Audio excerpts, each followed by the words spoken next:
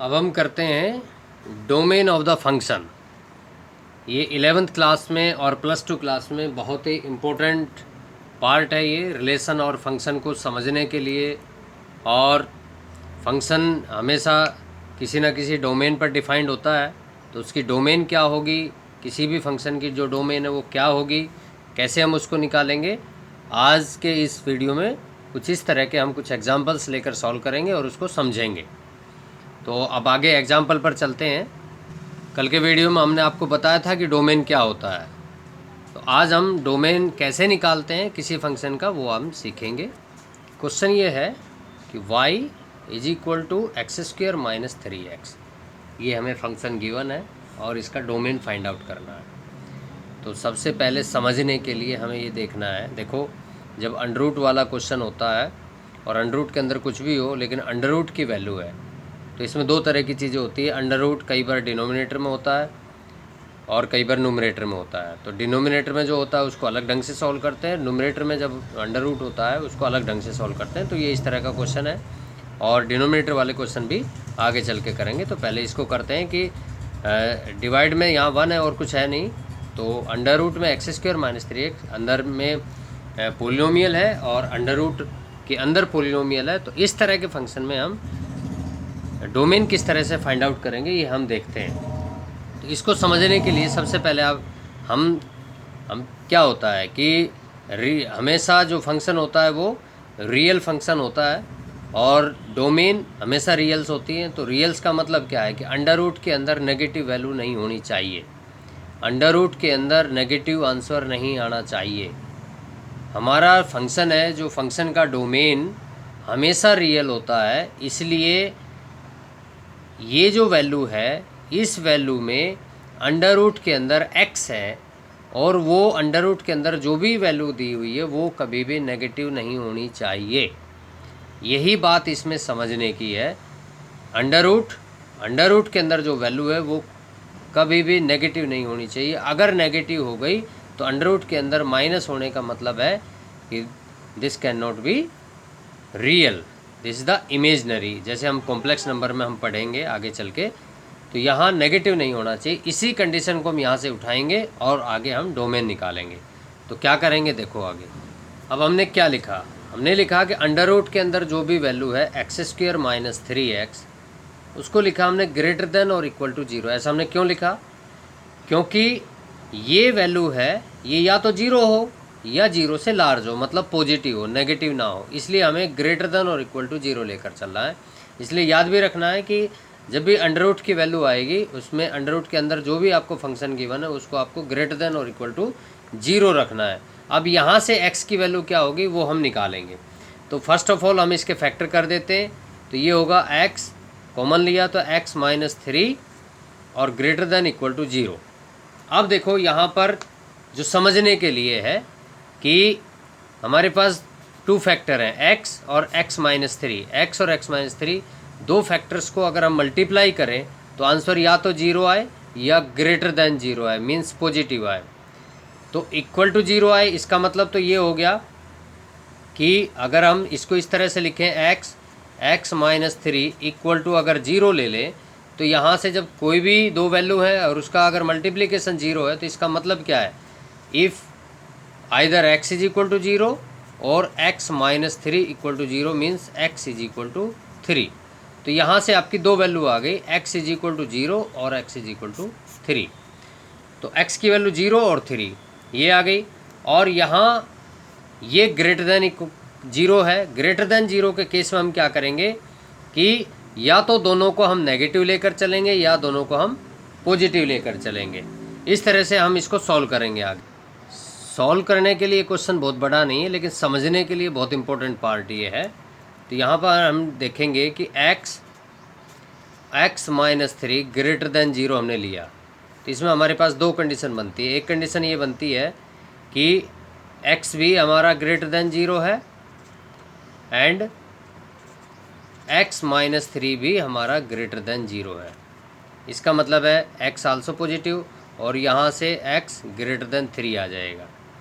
तो इस तरह से हम देखेंगे कि जब इसको हम नंबर लाइन पे अगर हम थोड़ा सा समझें कि एक नंबर लाइन हम ले लेते हैं, मान लो ये 0 है, यहाँ पर 3 है, तो x इज़ ग्रेटर देन 0 मतलब x की वैल्यू 0 से लार्ज, ये हमारा पॉजिटिव है, ये हमारा नेगेटिव है, infinity, positive infinity, negative infinity, ये रियल नंबर लाइन है।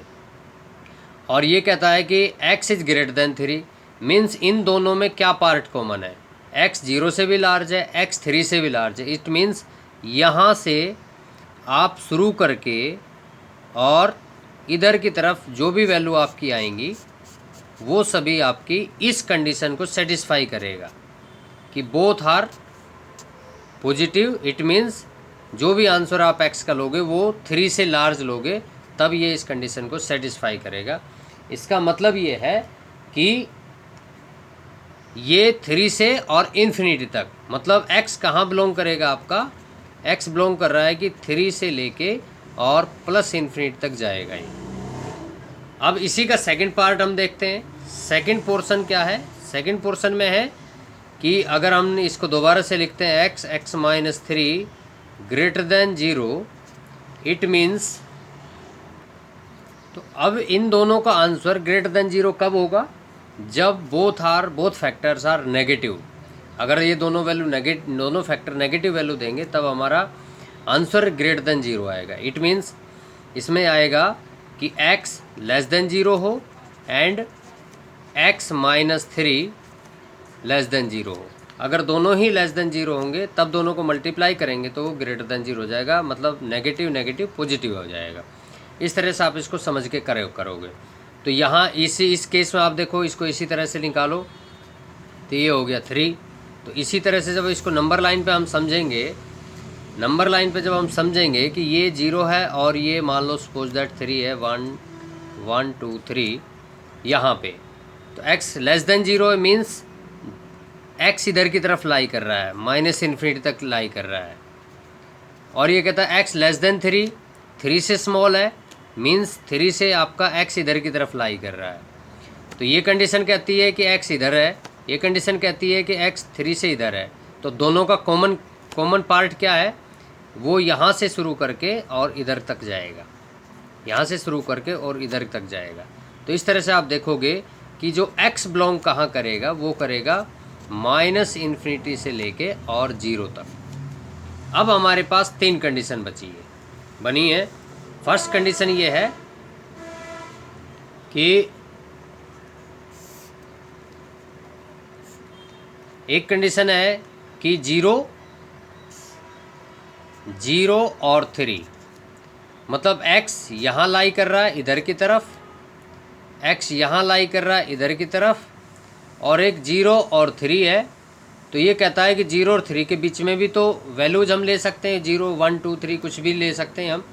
तो क्या हमारा आंसर, अगर हम 0 और 3 के बीच में हम लें, तो क्या हमारा जो फंक्शन है x² माइनस 3x, क्या वो फंक्शन रियल वैल्यू देगा?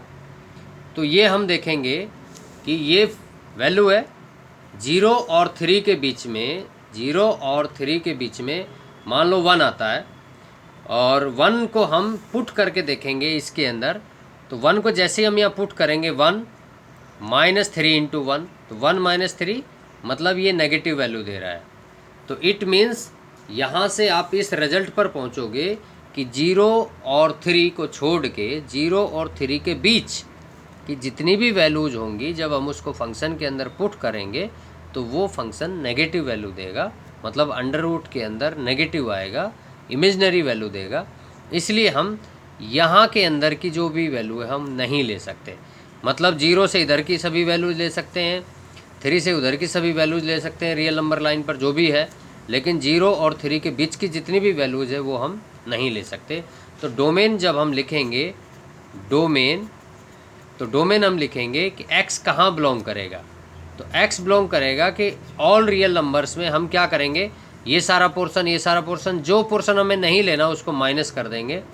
तो ये होंगे 0 से 3, ये जो इंटरवल है इस इंटरवल के बीच की वैल्यू 0 से 3, ये ओपन इंटरवल है, मतलब 0 और 3 इंक्लूड नहीं है। तो 0 और 3 को छोड़ के बाकी जो वैल्यूज है उसको हमने माइनस कर दिया कि यहाँ पे हमारा जो फंक्शन है वो रियल वैल्यू नहीं देता, इसलिए उसको हमने माइनस कर दिया। तो ये आपका आंसर आ जाएगा। इस तरह से आप इसको सॉल्व कर सकते हैं। तो यहाँ एक बार दोबारा से, एक्स स्क्वायर माइनस 3x, ये आपका क्वेश्चन है। तो सबसे पहले अंडर रूट के अंदर आंसर नेगेटिव नहीं होना चाहिए, तो क्या होना चाहिए, ग्रेटर देन इक्वल टू 0, या तो 0 होगा या पॉजिटिव होगा। तो इसके लिए इसको हमने फैक्टर किया तो हमारे दो फैक्टर बने, x into x minus 3 greater than equal to 0। तो यहाँ से एक रिजल्ट आता है कि अगर दो वैल्यू है और उनको अब मल्टीप्लाई करते हैं और आंसर 0 आता है, तो इसका मतलब है कि या तो बोथ वैल्यू पॉजिटिव या बोथ वैल्यू नेगेटिव। तो फर्स्ट पार्ट हमने जो किया था कि बोथ आर पॉजिटिव, तो यहाँ से हमने रिजल्ट निकाला था कि x 3 और इन्फिनिटी के बीच में लाई करेगा। सेकंड पार्ट जो हमने लिया था कि x माइनस 3 ग्रेटर देन 0, तो हमने लिया था कि x लेस देन 0, x भी नेगेटिव है, ये पार्ट भी नेगेटिव है। तो दोनों से रिजल्ट आया था कि x हमारा लाई करेगा माइनस इन्फिनिटी से 0 के बीच में। तो हमारे नंबर लाइन के 3 पार्ट हो गए थे। एक पार्ट ये हुआ था 0 से माइनस इन्फिनिटी से 0 और 3 से इन्फिनिटी, एक पार्ट ये और एक पार्ट ये बीच का। तो बीच के पार्ट में हमारा जो फंक्शन है वो रियल वैल्यू नहीं देता, इसलिए हमने उसको माइनस कर दिया। ये आज का सॉल्यूशन है। Okay, thank you.